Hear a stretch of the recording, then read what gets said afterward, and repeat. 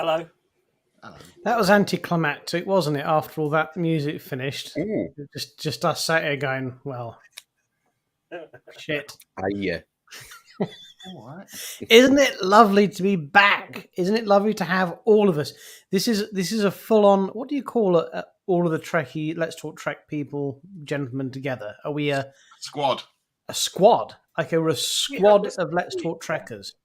Didn't we say it was I seem to recall last time we discussed this, we said we were going to name ourselves an enterprise of Let's Talk Trekkers. That's right. We're an enterprise. All four of us are here. Enterprise. That's enterprise. Yes, marvelous. And when our powers combine, etc. So, Oh, Captain Planet. Is that Captain Planet? Something Have like I got that. Yeah. before I understood that reference. Before the frivolity begins, let's talk about the sad news today. We'll do the sad news first. So, if you are joining us, good evening. Welcome to Sunday evening in the UK. It is Let's Talk Trek, UK's #1 Star Trek show. And about an hour ago, we received the sad news that Nichelle Nichols, who played Uhura in Star Trek, the original series, and multiple movies, unfortunately had passed away. And we would just like to send our thoughts and, if you believe in such things, prayers off to her family. And exactly. It's a weird one. I personally normally don't get emotional at all about celebrities I've never really met or met in passing that pass, but I felt a deep sensation of sadness when Leonard Nimoy passed, and I couldn't explain it because I wouldn't have expected that I would feel sad, and I realised it was because how much he contributed to the culture of which I feel a part of, and Nichelle Nichols fits into that same bracket. She really does. I've got so much time and respect for not just the actress, but the character that she brought to life. And it truly is a sad day. Yeah.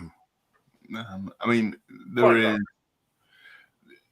think one of the things with Nichelle, I'm talking, Carl, feel free to throw some comments up because you've got the admin rights on it. Will do. One of the things with Nichelle, did anyone watch the documentary about how she was an inspiration for so many in the space program? About getting women into science and into space and things. And I think it's easy to forget, especially in the United Kingdom, where it's not as the race divide has not been as not as racist as America, is what you're trying to say. Yeah. It sounded horrific. But it was never as bad as it was in America. And how Nichelle essentially was one of the forerunners of equal rights in race and sexual equality and stuff like that. So, I mean, the incredible story that Whoopi Goldberg reflected off in the Captain's DVD that came out is that she saw her on the bridge and she ran and got her mum and said that there's a black lady on the telly and she ain't no maid. She's there doing an important job. And that made up her mind, that she was going to do well. Obviously, I think she was very small at the time, but subconsciously that made up her mind that you can, no matter what society is telling you, you're supposed to be. You can actually achieve whatever you want if you put your mind to it. And this is one of the things I've always felt the most proud about being a Trekkie, was that they used to do representation so well. They were the trailblazers. On so many fronts, way ahead of their time, and Nichelle Nichols is at the head of that. So yeah, really sad. I mean, am I right in saying that there was a story about Nichelle Nichols and equal pay? Not one I'm aware of, I'm afraid. Let me see. Wasn't there an argument? I think it may have been from the other perspective. It may have been Nimoy who'd gone into bat with the producers saying that the other actors needed to be paid equal. But I'm speaking about Walter Koenig told the story about how Leonard Nimoy fought to get Nichelle Nichols pay equality for Star Trek.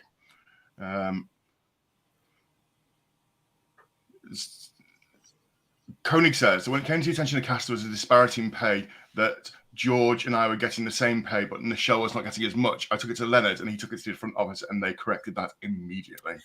That's so Leonard Nimoy that he would go and sort that out. He really was a Renaissance man. He was an amazing character. He really was. Quite similar to Frakes and Patrick Stewart on the set of The Next Generation. They often, especially Patrick Stewart, really fought for the rights of the crew. You know, the sound men, the filmmakers, and stuff like that, to make sure they were treated fairly. It's been a week where quite a few of actors and actresses and celebrities have. Yeah, I mean, I would like to. I've arranged something special for friend of the show, who we had the pleasure to meet, David Warner. James, would you care to tell me how many lights you see? Well,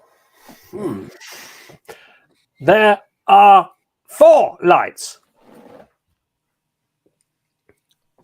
Yes. Very sad David Warner, who played not 1, not 2, but 3 iconic characters in Star Trek. And you know what? James and I had the pleasure of his company for probably more time than he would have. Well, no, he was comfortable with it. He was happy to chat to us. He gave us so much time for an interview. He talked to us. He was very warm. He was very generous. He couldn't have been nicer, could he? He really was such a smashing chap. Yes, so modest. I was fortunate enough to interview David Warner at a Destination Star Trek event. And yeah, one of the things I'm sure you mentioned in your interview as well is the thing that the role that we all know him from it's Chain of Command, isn't it? With yes, Gul Madred. Yeah, Gul Madred, was that he was sort of roped into that very last minute in acting terms, and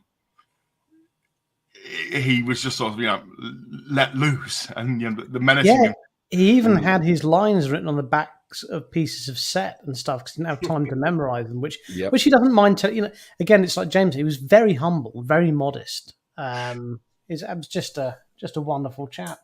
I think we're going to play the interview that we did with him at the end of the show. So stay tuned for that and tell us how many lights you see. Although, should we play the first 10 seconds of that? Because the first 10 seconds would just steer my mood up a little bit. Okay, well, we'll do that quickly because let's lighten the mood, shall we? Yes. So we did preemptively ask David Warner if this was okay, and please watch out for David Warner's reaction to James's Picard because it is quite. I think you're going to see some Academy Award-winning level acting here. Very special. How many lights do you see? There are 4 lights.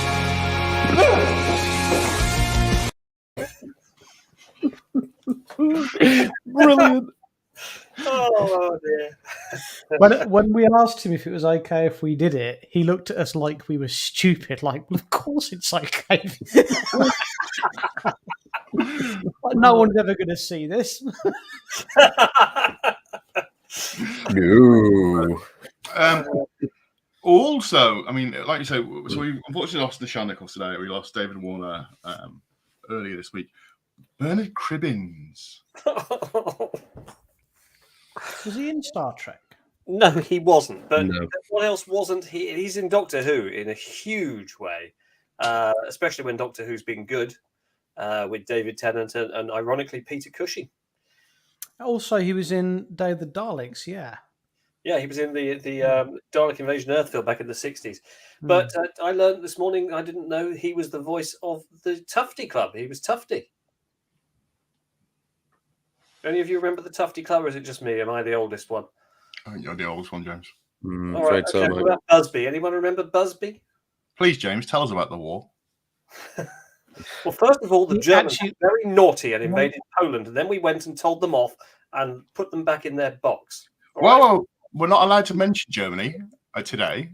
Yes, we are. We're very specially allowed to mention Germany. I do have a very fond memory of Bernard Cribbins I would like to share. Oh, what's this Even doing? though it's not Star Trek related, so I'll keep it short. Okay. Possibly one of my earliest memories was I had a cassette player as a present, and I was given a cassette. So, children, if you're watching, This was a device whereby you put a cassette into a machine and it would read the ribbon and play audio to you. And I had the Swallows and Amazons audiobook as read by Bernard Cribbins, and he had, and wait, marvelous theatre voice, didn't he? He was fantastic. Look, here is an audio cassette. Look, James, what are you doing with that? nothing. Do you have a cassette player? No. Jeez.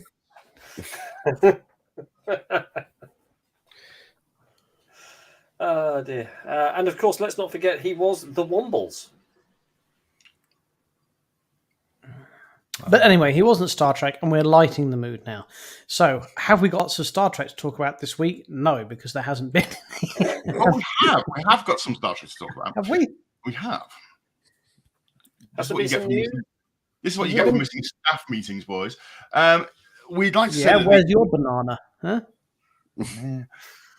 the Star Trek Prodigy video game, the one that we said would be quite fun to play, is available on multiple platforms and is now available for pre-order because I've managed to pre-order a copy of it. It's available on PlayStation 4, 5, Xbox PC, and... So, which Star Trek game is this? The new Prodigy game. Oh, Which I know Carl will be excited for because his small child is into Star Trek Prodigy. Yes. So, yes, Ah, that game if is you're now one available. of those people with time to play games, then this may be for you. Yes, it is out on the 14th of October, but pre-orders are now being taken, and I've pre-ordered it through a vendor called Argos. is he like a Scandinavian importer of goods? Maybe. Actually, that reminds me. Don't do it. Just don't do it, Dan. I'm thinking he should. You'll regret that. I'm thinking he won't. No, you'll regret it, not him. No, it's fine. It's fine. Don't worry. It's all good. I'm not going to mention it. We won't talk about it. Well, we do I have. mean, if you insist. I mean, why does Norway paint? Hang on, let me fill me wine up. Hang on. Please Jeez. don't, Dan. I warned you, but no. Why does Norway paint their ships with barcodes on the side? Well, thank you, Dan. His connection appears to have gone. So, yeah, over to Richard and his banana. Well, this week's banana hails from Colombia. As you can see, it's standard yellow. Oh, he's back. There we are. Right. Can you paint a moustache on it? The reason that there is barcodes on the side of the Norway.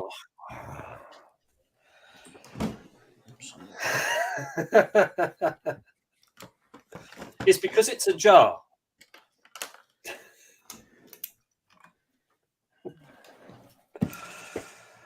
So, yeah, anyway, let's talk about this. We're supposed to be talking about Star Trek. Has anyone from Neighbours ever been in Star Trek? Yes. But do you know, back in the 90s when I used to watch it, because I was a student, and therefore I had to have something to fill my days up with, I do remember there was a character, I think he was called Lance, and he went to Star Trek conventions a lot, and I seem to remember him wandering around Ramsey Street quite a lot, wearing a TOS uniform. Does anyone else remember that, or am I imagining it? Sadly, I've never seen Neighbours. But here is your requested banana. Should be there for one another. Are you going to behave this time, Mason? Neighbors. No. Look, we're going to have to talk. Look, we're going to have to start talking about Star Trek. Otherwise, people are going to. Okay, so we'll talk about Star Trek.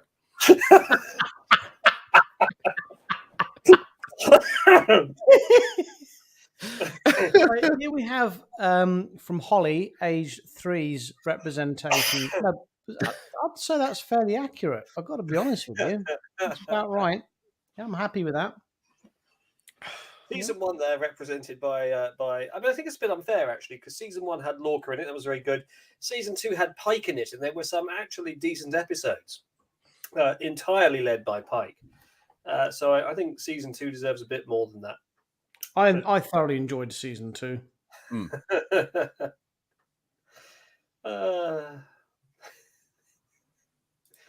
Yeah. Whose signature?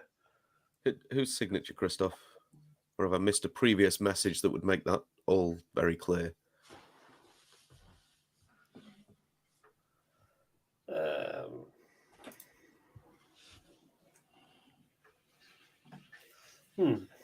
Shall we just get the punchline out the way?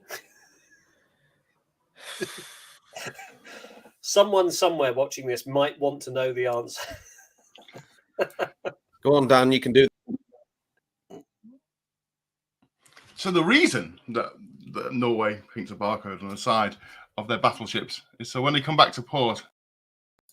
I was only joking. We're not going to allow that on our show. What about the banana? What happened in the credits of Dynasty again? What's happening? So Making Scandinavian! Ah! Too late. Damn it. we haven't had a chance since we've all four of us been together to reflect on the sad news that Destination Star Trek has been cancelled. Haven't we? This is ages old. Yeah, it's not been around for a while. It's terribly gutting. However, as usual, Riker's beard has stepped up to the mark and have arranged. Haven't we just? We've arranged an alternative venue for everyone who is going to go to Destination Star Trek.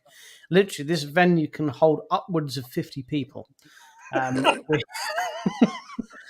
that answers the question I had posed. Or one trader. We have a. Did we have a slide for it? You produced There one. used to be. I had a slide You for may it. have to go back a little distance in the I'll tell library. you what, our show, the production quality gets better and better every week. Everybody needs good neighbor.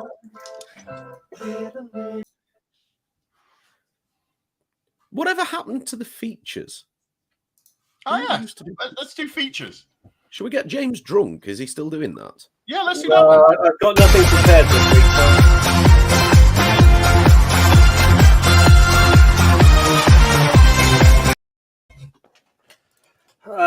Right, so take your Romulan crack cocaine. There we go. Just put a little dab on your finger like that. Take a drink of whatever you're having. And yeah, you get fizzy tongue. Well, this isn't Breaking Bad. Now, what is Romulan cocaine made of? Is it Radox bath crystals?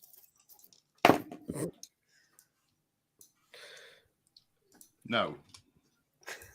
I'm going to hazard a guess as to no, seeing as you just sort of like put them in your mouth. And yeah.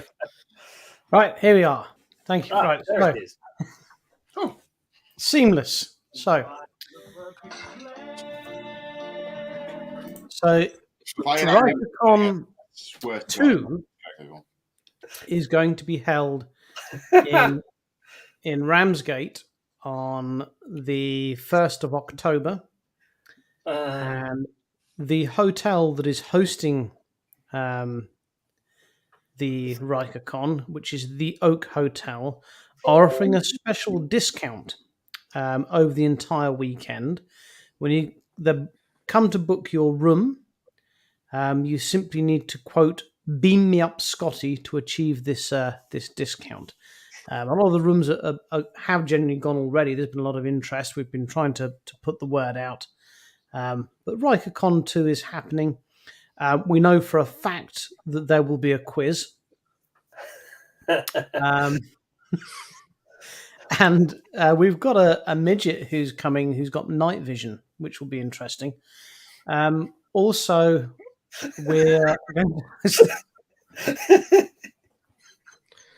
hold on. Go back. Rewind that. We got a what? We've also got We've got a a quiz. And the first ever, and this is I'm going to land this. I've already taken steps to Ramsgate. Is in no, it's Not not. quite, Nadim. No. It's not quite. It's where the British left the United Kingdom to free France from the Germans. But so it's going to be our first ever short film competition. It's open to everyone. The Trekkie girls have already accepted the challenge. They're going to be entering it. The Northern Trekkies Guide are going to be in it. Riker's Beard are going to be in it. The rules are quite simple. You must produce a short Star Trek related film. It can be a reenactment of a famous scene, or it can be something original. You are not allowed to spend more than £10 on it, so it's like a Poundland budget, and it cannot be more than 2 minutes long. There will be a screening of everyone's short films. Filmmaker Gary O'Brien will be judging for the overall winner. However, I think we're probably going to have categories that we'll all vote for individually, like best special effects goes to best sound, goes to best actor, best actress. I think that all needs to be. Yes, the girls are all doing it, Vicky. That needs to be established. I thought they were filming that script that Sam was reading the other week. Sam's told me they're doing something, Right? but I've made her aware of the rules. Misunderstood this. Misunderstood what? I do apologise. When girls say they're going to send me a video, usually it's not this.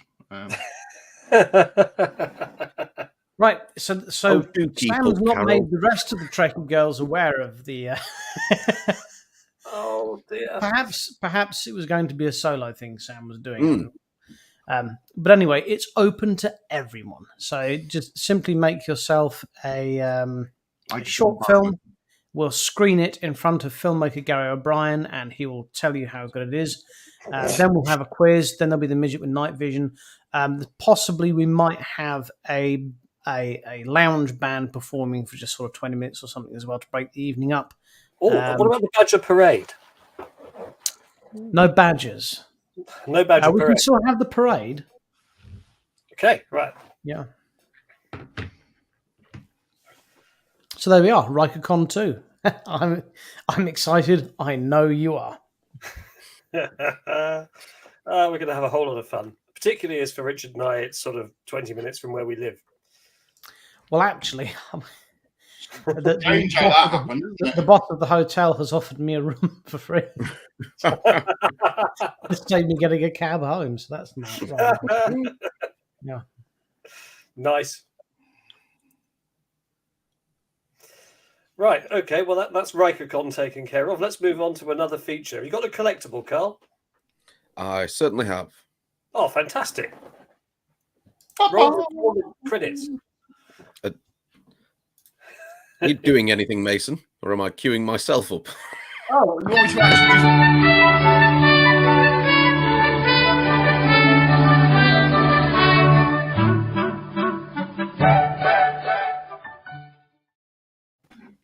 Yes, I was. I hastened to add, work had just texted me and said, you need to get this order on by 9:30 or it won't arrive for tomorrow. So I was just pressing order on the work. Mixing business with pleasure as always, Dan. Never stop. You know, it is busy. Yes, absolutely. I know about that one.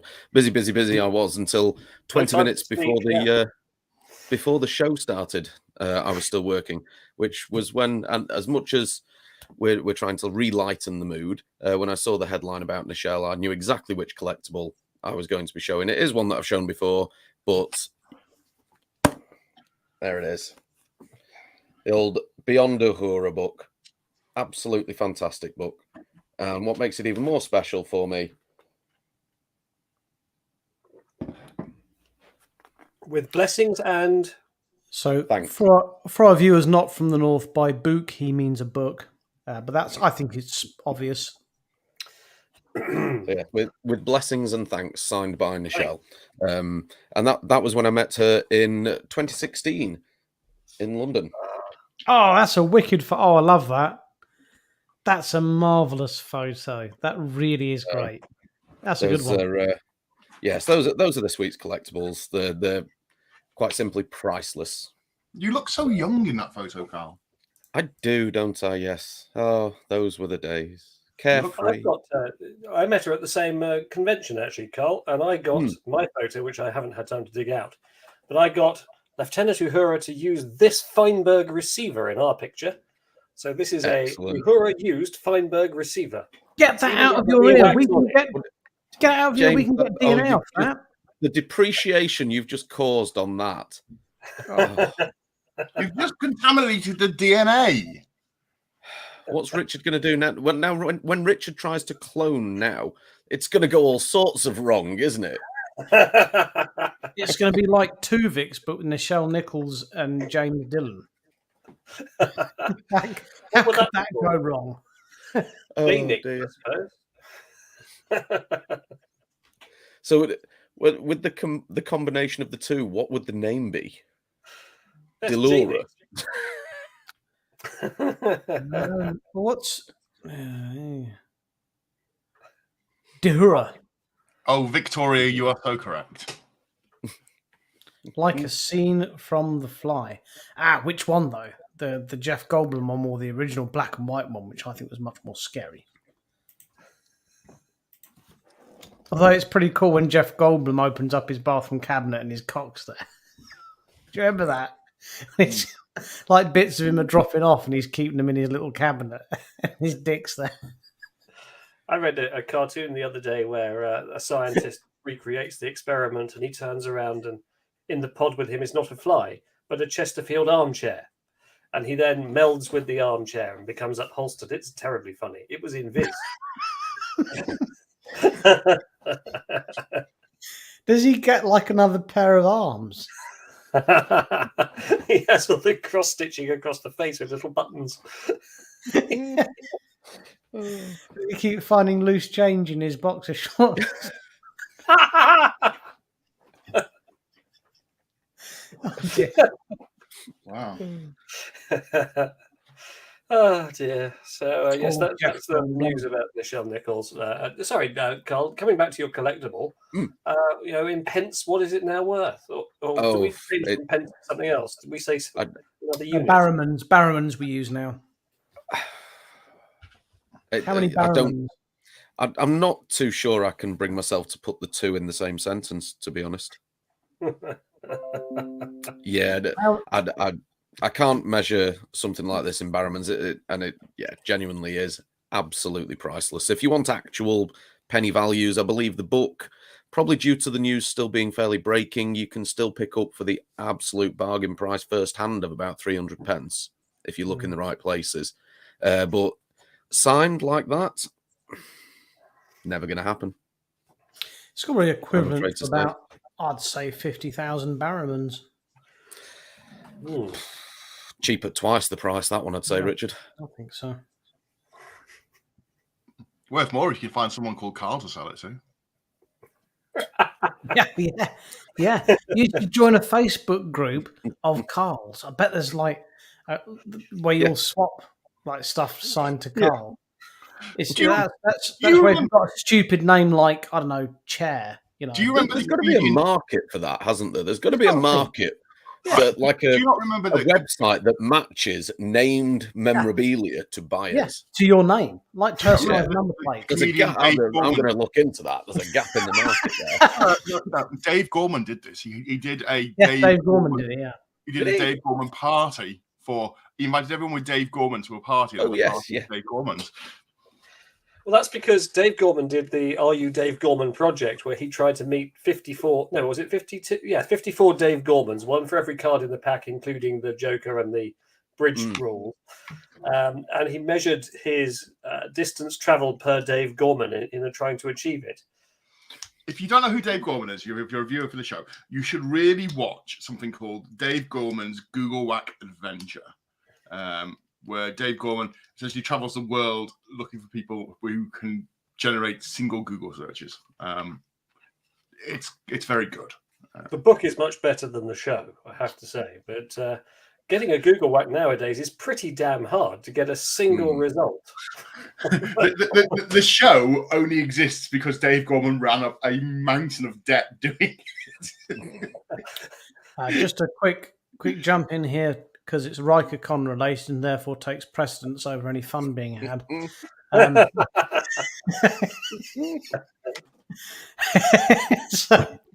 So what the proprietor of the very fine hotel has said that you can have a room for the Friday, Saturday, or Sunday night for I think it's £74, which is the standard price for just a single room. But he'll let you have any room for that. So that includes the double rooms with the sea view, everything. So if you quote you basically book any room you want, quote Beam Me Up Scotty, and you'll get it for the base price. So obviously the nicer rooms are going to go first is kind of the deal there. Don't forget the room with our bridge in it. I don't think you can sleep there, but we should probably book a room. Yeah, might be worth it. Well, yeah. Where is Riker? So this is in Ramsgate, which is in Kent. Careful now.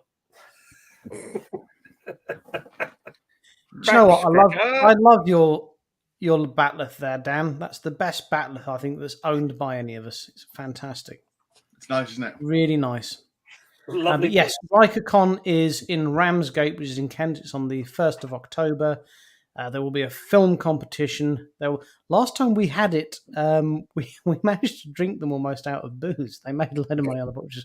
There will be Hopefully drinking. This time they'll be a little more prepared. There will be a quiz. Richard, you're hoping to win the wet T-shirt competition this year, I think. Yes, I'm hoping to win the wet T-shirt competition this year. The Riker's Beard chairs, at the very least, will be there for photo opportunities to have your picture taken on the chair of the Next Generation bridge. And yeah, there we are. Run videotape. Which one? Oh, you had one for last time, didn't you? Well, you can come for the day, but it really it's more of an evening event. It's not, it's not like a whole thing with vendors and sellers and stuff like that. It's more just an evening social convention. In fairness, everyone get together and have a good time. In fairness, I may clear out my cupboard of crap and do like a car boot sale. So if you want to buy stuff on official. Well, I was going to say to you guys, because we need to brainstorm a bit for content. I was going to say, could we do a bit of a bring and buy, like a swap shop meetup, and have a bit of that going on there? I think that might be a good idea. Why don't we do like a celebrity auction and auction ourselves and the Trekkie girls off? No, we're not doing modern slavery again. Why? Sorry, say that again, Dan. Auction ourselves and the Trekkie girls off. Yes. You're not auctioning Carol. No, you can bid for her. Hey, listen. Do you remember this?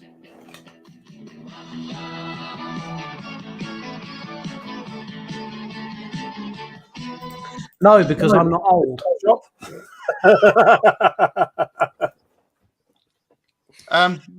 What were you we know about Carolina Hatch? With what we know about Carolina Hatch, would that be what we call cash in the attic? Still waiting on those dimensions, Carol.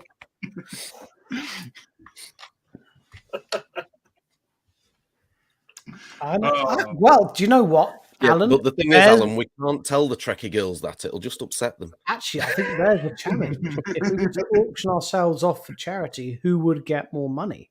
Would it be the Trekkie girls or would it be the Let's Talk Trek Enterprise? I mean, I think once they've seen my ironing skills, there's no question that I'd drum up at least 50, possibly even 45 pence. You do starch a mean cuff. Okay, so I would like to talk about using aerosol spray starch. You get a bit of residue, but it's just a lot easier. You get a nicer, evener spread. I would like to talk about something I found for sale on the internet today, boys. Oh, yes, go on. It is not a banana. Oh. It is not quite Star Trek related, but indirectly, because there has been crossover episodes. Ooh. Optimus Prime. Is this the Lego one? It is the new Lego Optimus Prime. Can you get it on Amazon Prime? You can get it on Amazon Prime, and it transforms.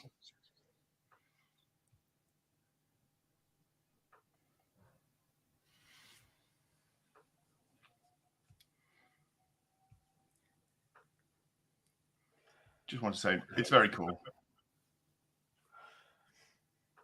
Ooh. It is rather What's cool. that orange thing at the bottom there? That's his energy weapon. He has that. He has a, no. Don't be rude.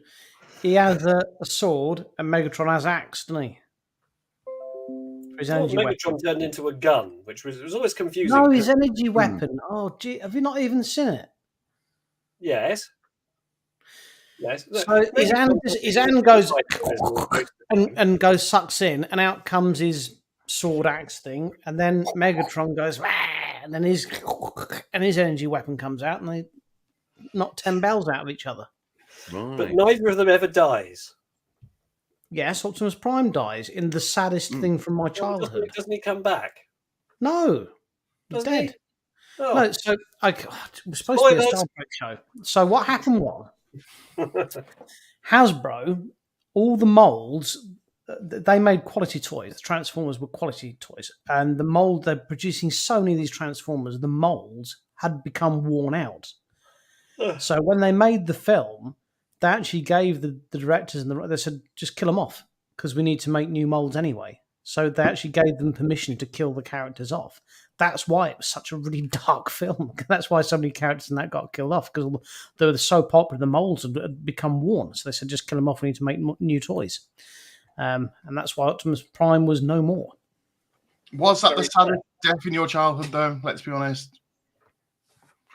Yeah, for me it was. Yeah. Well, there's that horse that drowns in the swamp. That's pretty sad. Mm. And there's The Land Before Time. Lots of dinosaurs die in that. Oh, and then there's Watership Down. Oh, Batman. I don't like horses. I quite enjoy shooting rabbits. And then, don't forget, Dead Ash Ketchum dies as well. Don't even know what that is or who that is. Oh, that's a Pokemon. That's a Pokemon. I do know that. How do you get... Richard, go on, get it over with. How do you get 100 Pokemon?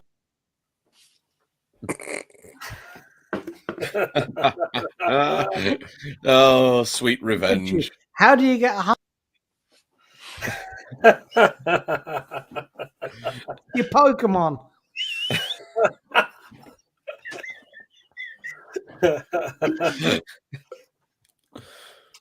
I'm interested to know, Dan, how is Transformers related to Star Trek? You said there was a crossover. I don't. You did take us on a bit of a tangent. There is a comic, I think, crossover comic. Really? Yeah. Yes, there is. Which I'm going to find while we do it, because Nadim rightly pointed out that apparently we're meant to be a Star Trek show. So. Yes, this is the news that at Comic-Con in the last week or so, someone who's currently quite big in production, I think it might have been Kurtzman, confirmed that there are 2 more new Trek shows currently in active development, but he would not be drawn on what they were. It's kind of been hinted, I think the Section 31 project hasn't gone anywhere because that was being talked about 3 years ago. That was going to be Michelle Yeoh led. So speculation is rife that it might be a spin-off led by Una from Strange New Worlds. So the screen that Dan's showing there was a 5-issue comic book done by IDW. Yeah. Our friends at IDW, who our friend Tony Lee doesn't work for. So they are Nadim. We were talking Star Trek. Yeah. So I think what we can talk about is what would we want to see? I mean, what would you be more excited to see? Would you be more excited to see a Strange New Worlds spin-off with Una, or would you want to see a Section 31 spin-off with Michelle Yeoh? Well, the Section 31's already set up, isn't it? No, but what do you want to see, though? Not what might happen. What do you want to see? We're talking if you could create a new Trek show, what would you have? I know what I would go for. So we know that the crime programs, NCIS, CSI, that's something. Yes, Alan, there it is. It's always had a big market. So Starfleet Criminal Investigation Services, would be do you mean kind of like the weird ones that did on DS9 with O'Brien going undercover and Bashir going undercover. Something a bit more like that. Yeah, or like a dedicated team that investigate crimes in the Federation. Like military police. Like an Temporal NCIS type investigations. thing. That would be fun. Yeah. Sort of like a Jack Reacher series in Star Trek. Yeah, Star Trek Jag, or the Bill Star Trek edition. Star Trek Get Smart. I mean, it's You can see it now, it's an can't you? interesting idea. Diagnosis Trek. Adam has just booked. Excellent, Adam. Look forward to seeing you, buddy. Oh, Friday to Sunday. Excellent. So I think in terms of if it was going to be a Section 31 spin-off or a Strange New Worlds spin-off, I think I would prefer to see a Strange New Worlds spin-off because Michelle Yeoh is one of my most favourite actresses in the world. I think she's absolutely wonderful, but I'm not certain there was enough in Section 31 that did with Discovery that would sell me to do a good series of it. If I were to choose a Star Trek series I want them to make, as Athena just said there, Starfleet HQ Command series, the Starfleet Academy series that never happened, that we were kind of promised. I mean, that would just be, I'd love that. I really would. I think that'd be fantastic. A Starfleet Academy series, I think, would be wonderful. I mean, there's also the missing years. We could have the early Picard leaving the Academy, taking command of the Stargazer. The death of Jack Crusher, and a young Beverly with a very young Wares. There's other stories that are from that point. So you've got, it was touched upon that Will Riker had earned a commendation very quickly for the evacuation of the outpost, which led to the creation of Thomas Riker. So you could have bits of the early TNG. It would make quite a good sort of story because a lot of it has been touched on but never actually fully explored. I don't know. I want to say yes, but I'm kind of a bit. I don't think I do. I'm a bit fed up of Star Trek keep going into the past. I'm a bit more. I know Discovery have just completely bombed that by going too far in the future and making a really crap series, but we've gone back with Discovery, we've gone back with Strange New Worlds, we've gone back with Enterprise. I don't think we need to kind of go back anymore. However, you're absolutely right. There's a lot of TNG backstory that would make great episodes, and I wonder if I do wonder if they could do maybe a couple of films. You could make a great like pre-TNG film, like about early Picard and Jack Crusher getting killed. And I think that that'd be worth doing. But I think kind of the whole delving into the past thing, I think that's been overdone now, at least for the moment. Because early Picard, you would have the opportunity for people like when Picard's on command of the Stargazer, you would have people like Benjamin Sisko going through the Academy at that sort of point. Well, Gary's just had a cracking idea. So aboard the Riker's Beard, I'm in charge of temporal violations. So I've always been very up for this. I think that's a great. I think there was a rumor that many moons ago that Jerry Ryan might be doing this as part of her story arc from Voyager, being recruited by Temporal Investigations again. They're making a series out of that, kind of like a Star Trek Quantum Leap, or that'd be pretty cool. I like the idea of that, Gary. That's very good. We have seen a picture of Seven of Nine in costume from season 3 of Picard now, and she appears to be a Starfleet commander in that. So they've teed her up that potentially she could have her own spin-off moving forward. She could, for example, be in charge of the Stargazer, seeing as Rios, and spoilers here if you haven't seen Picard season 2, Rios has remained behind in the 21st century. In complete violation of all his training and temporal guidance. It's just shocking. Ended up getting killed in a bar fight, no less. Do you know when we found out about that? The first thing I thought of, that wonderful film from Stephen King's The Body, Stand By Me, where you find out that River Phoenix's character was killed in a bar fight later on from the author. I'm sure they must have done that as a nod. That was fantastic. He was a very similar kind of nice guy trying to break up a fight in a bar. Game of Thrones style, but about the Klingon Empire. Oh, no. I think we could have one set on a colony where all these people live next to each other. Everybody needs good neighbors. And Richard, you could do the accents. Oh well, hold on. James could be onto something. Let's be honest. Brent Spiner finds a way to shoehorn himself into everything. Maybe it could be the songs, and it could be the creation of data from, Would Bouncer be a Targ? Yes, that would be perfect.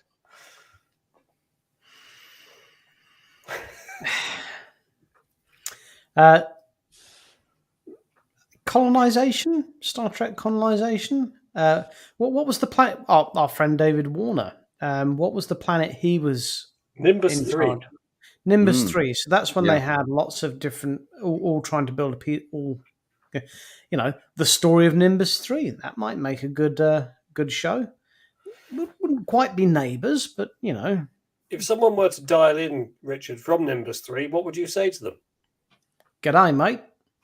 There you go. But in all seriousness, do you recall the wonderful Deep Space Nine episode where they went to the planet that shot them forward into the future? Betazoid wedding planners. Yes. Like with Martin Short out of Father of the Bride, you'd have to have his character in there as well. But you have Martin Short, you've got to have Steve Martin as well. Absolutely. They come as a pair. We've got to get them involved. Do you recall the DS9 episode where they were shot? The planet was shot into the past, and you had the Klingon colony that was living there, and the descendants of Dax that were living there. Yeah. Oh yes. So that was kind of like how would you get on? I thought it was very interesting the way the Klingons lived apart, but were still part of the community and stuff like that. It could be something in that.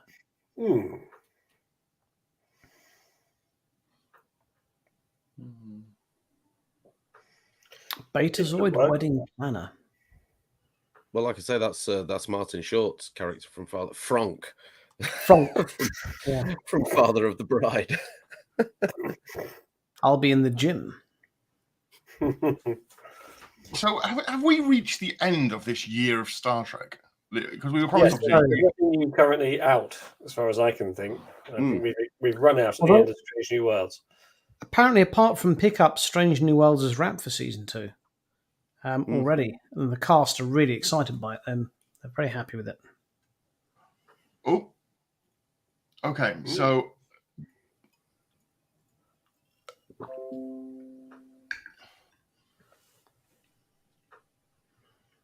Well, I hate dead air. Terry Metalis has been going a bit mental on Twitter, giving away secrets for Picard season 3.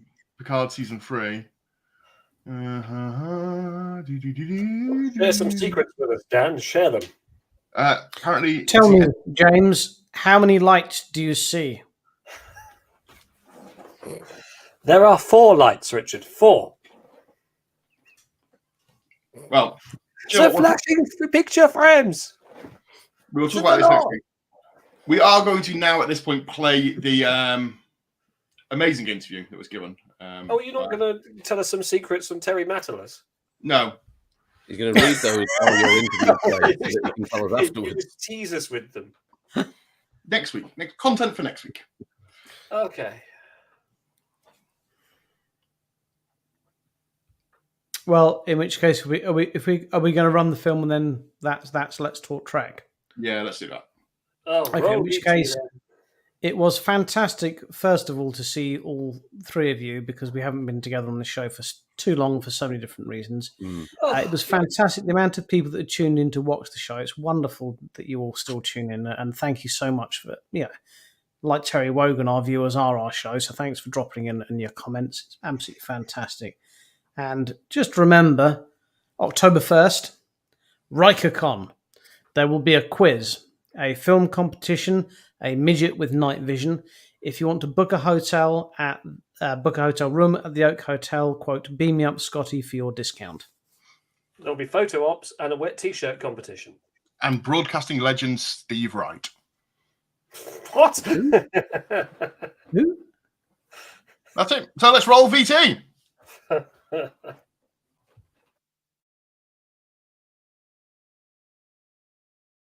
How many lights do you see? There are 4 lights.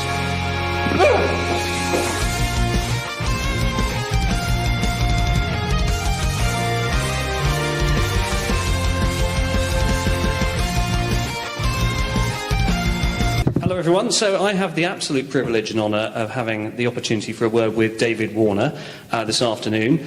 David, from the point of view of our Star Trek interest, has appeared in 2 of the main feature films, The Final Frontier, as I think it was St. John Talbot, the way it was. Yes, St. John Talbot. And the second time as Chancellor Gorkon in The Undiscovered Country. Comes to a sticky end. And my favourite, of course, as Gul Madred, the Cardassian Gul who interrogates and tortures Captain Picard in Chain of Command. So, David, first of all, talking about the movies, if I may, which was your favourite, and can you tell us a little bit about working on them? Well, any job, that's pleasant is my favourite at the time. So, I mean, people seem to remember Chancellor Gorkon.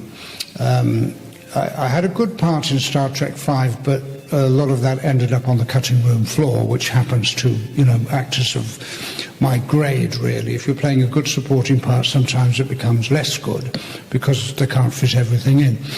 It was a pleasant experience to film, but Gorkon was a 3-hour makeup. That was the only problem. But I had Christopher Plummer sitting in the seat next to me, so that was fine. And also the director, Nicholas Meyer, I had worked with before on a film called Time After Time. I think I was quite surprised to be invited to be in Star Trek VI. They must have forgotten I was in Star Trek V. Yes, different roles in consecutive films, unusual. Yes, I couldn't quite understand how that happened. Well, they must have been so impressed with you in 5 that they wanted you back in a far bigger role in 6. Okay, well, I'll buy that. Yes, okay. And in 5, actually, the character you play, St. John Talbot, is a very sort of disillusioned diplomat, isn't he? He's on Nimbus 3, saying, the dream of peace died here years ago. And he changes a lot during the course of that film, doesn't he? Well, yes, but I think you'll find that he just really ends up by standing on the bridge of the Enterprise, watching what's going on, which is fine. I mean, but the actual character wasn't actually developed, or wasn't, you didn't see that in the film. But that's the way it goes, that's showbiz. And Gorkon, he was also a very interesting character because he was not like any other Klingon that we'd met before. He wanted to sue for peace. That's what I was told. I mean, I hadn't watched much Star Trek at all before I did it, so I really didn't know about the Klingons. That I was told, of course, when I was preparing for it, that they were really rather evil creatures, and that he was, a cross between Gorbachev and Lincoln, actually, with the beard and all and the stuff. And let's turn to Gul Madred. Now, you said that was your favourite. Why? Well, The Next Generation is my favourite of the series, but you, as a baddie, get to really chew the scenery, don't you? And you're opposite Patrick Stewart, and you're so sinister. Tell us about playing the role. Well, I took it at short notice. Somebody fell ill, and so I had 3 days to kind of prepare. I couldn't prepare for it. I couldn't learn it. So and Patrick I had worked with in theatre before, Stratford-on-Avon, years ago. So it was great to work with him again. And when I worked with him, he wasn't a star. And of course, when I worked with him, he was a big star. So it was great to have that chance. But I couldn't learn the lines in time. And there's a lot of dialogue. Yes. So that there were I have no problem telling people this. They wrote all the lines up for me so that I wouldn't hold them up by forgetting them all the time. So it was a wonderful experience to be part of it, and they tell me it's quite a good episode. It's a hugely popular episode. It's very, very good on numerous levels, and your performance, of course, as one of them. Well, it was a good part. Mr. Warner, thank you so much for your time. I need to say this because I enjoy that interview so much, and James, we were brilliant as an interviewer, and David Warner was fantastic as the interviewee, but he drops you such a hook there that I think you were Star Trek. You didn't. I still think to this day you've not quite picked up on when he says, "You tell me that's your favourite. Why? Why? Those golden mech on you," and you didn't pick up on it at all. He really dropped that for you. It was great. But you did a stunning job of that interview, James. It really was brilliant. It's so professional. Oh, thank you. Thank you. Some years ago now, gosh, how time flies. That was 4 years ago now. Yeah. Yeah. Folkestone Comic Con was a great event. Actually, a real shame that they don't do that anymore. And the same with Sci-Fi by the Sea. Yeah, well, local events are coming up. I have a feeling that there'll be kind of these events will come back, but it's going to be a few years, you know. I heard it was superseded by the superior RikerCon. Well, yes, David Warner's going to be appearing at RikerCon via a clairvoyant. I see you lurking in the comments, Sarah Jennings. You better be coming to RikerCon.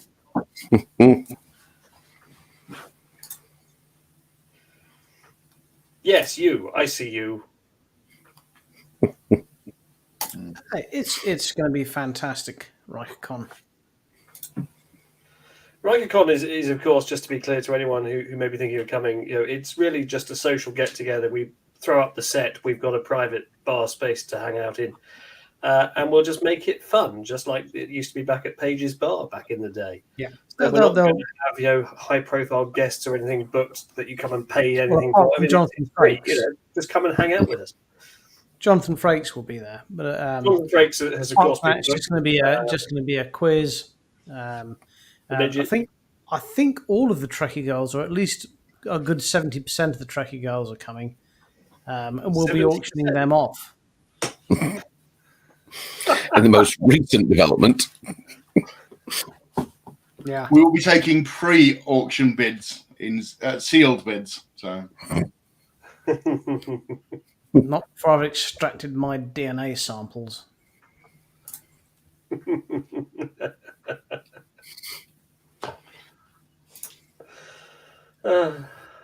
I bid 4 Barrowmans.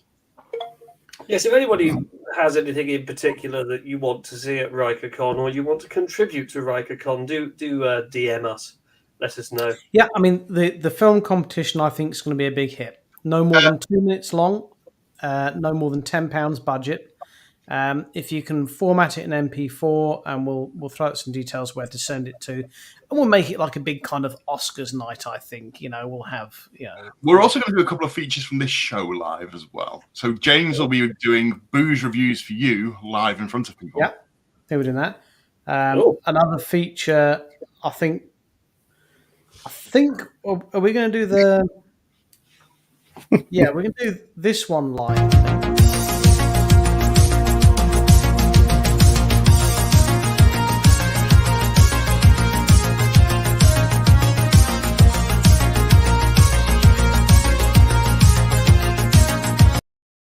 Depending on how much alcohol, really. You're going to get us thrown in Facebook jail.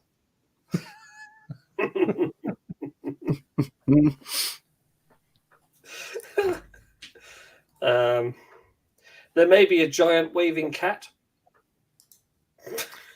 Victoria is bidding for Sarah because she can clean your kids' rooms. Genuinely, I'd do that. I enjoy cleaning and sorting and throwing stuff away. I'll do that for free. Oh, I shouldn't have said that, should I? No, I'll do that if you bid for me for 100 Barrowmans. I'm bidding for Richard to come and do all my ironing. Oh, please. Mm. Please. We'll pay you. I'll be in heaven. I've got a new cordless iron. Oh, it's so good. It's a Beldray one. Oh, it's just lovely. Well, hang on. Wait a second. Cordless, tell us more. Yeah, so I got a cordless iron. I looked into cordless irons about sort of 5 years ago, but the charge rate of the lithium battery wasn't good enough. I tend to iron a bit quicker than your average mortal, so I thought I'd have to return it to the base far too much. But a new one's got with a better battery, and so I return it and then straight on there, and it's enough. High pressure They're steam. not as good as a corded one, of course, but when you come to do your linen, when you're doing your duvets and your stuff like that, No, Richard, we don't do duvets. you don't iron your duvets. We don't do Oh duvets. my God, you sleep in a creased bed. Me. Oh, how do you do it? Surely a steam generator is a much better. An iron is it's a steam iron. Do you not have a steam iron? Do you still have an iron like over the fireplace that you heat up? No. I'll find you a picture of what I mean. You've got to hold it with a cloth. And This does remind me that Trev and Simon are friends of the show. We must invite them to come to RikerCon because Trev, rather, He lives down the road from us. Yes, he's local. He's a really nice chap, and you can swing your pants with him. Who irons duvets? Civilized people. Okay, let me. Again, civilized people. Who wouldn't iron their socks? Okay. I'll tell you what, Richard, I'm probably going to go to court tomorrow morning, and I'm not going to iron my socks. Okay, here we go. Richard, What, you don't iron your formal something socks? Something like this. Yeah, so these are pretty good. But you'll Welcome notice. to Let's Talk Ironing, the you'll UK's notice almost it's still called Sunday this evening is an ironing issue. show. Yeah, so these are pretty good. If you're doing bulk ironing, these are a must-have because obviously you're not constantly putting water in to help them. But if you iron every day like I do, because I love it so much, it's not required. But the problem is it's corded, and when you are ironing something like a complicated or like a fitted sheet, I mean, good God, who enjoys ironing a fitted? Well, I enjoy ironing a fitted sheet. It's a challenge. It's the biggest challenge of my ironing week. Ironing a fitted sheet. A cordless iron you cannot beat. I think I might have to take your word on that one, Richard. It's astonishing how our viewer figure has now dropped. £429. Oh, nice. Can you have an iron in the shape of a Starfleet Delta? I'm sure you could. It wouldn't iron very evenly, though, obviously. No, but it'd be good for branding your clothing with. Or indeed your buttocks. Probably have to pass on that one. BBC. This evening, steam irons.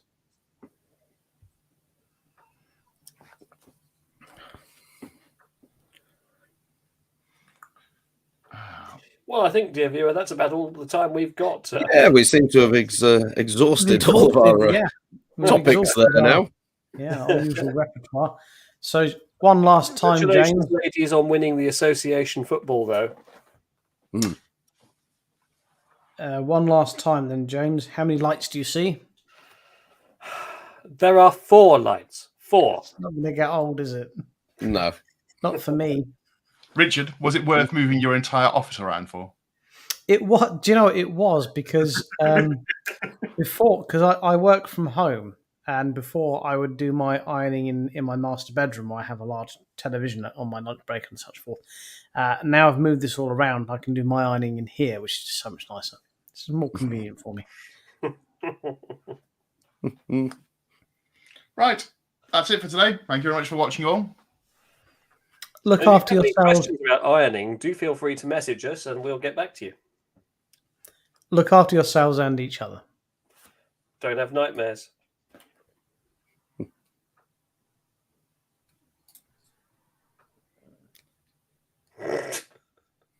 Well, I thought that went rather well. That's one of our it's better still on. shows. Yeah. You press the big red button, Dan. I thought you pressed it.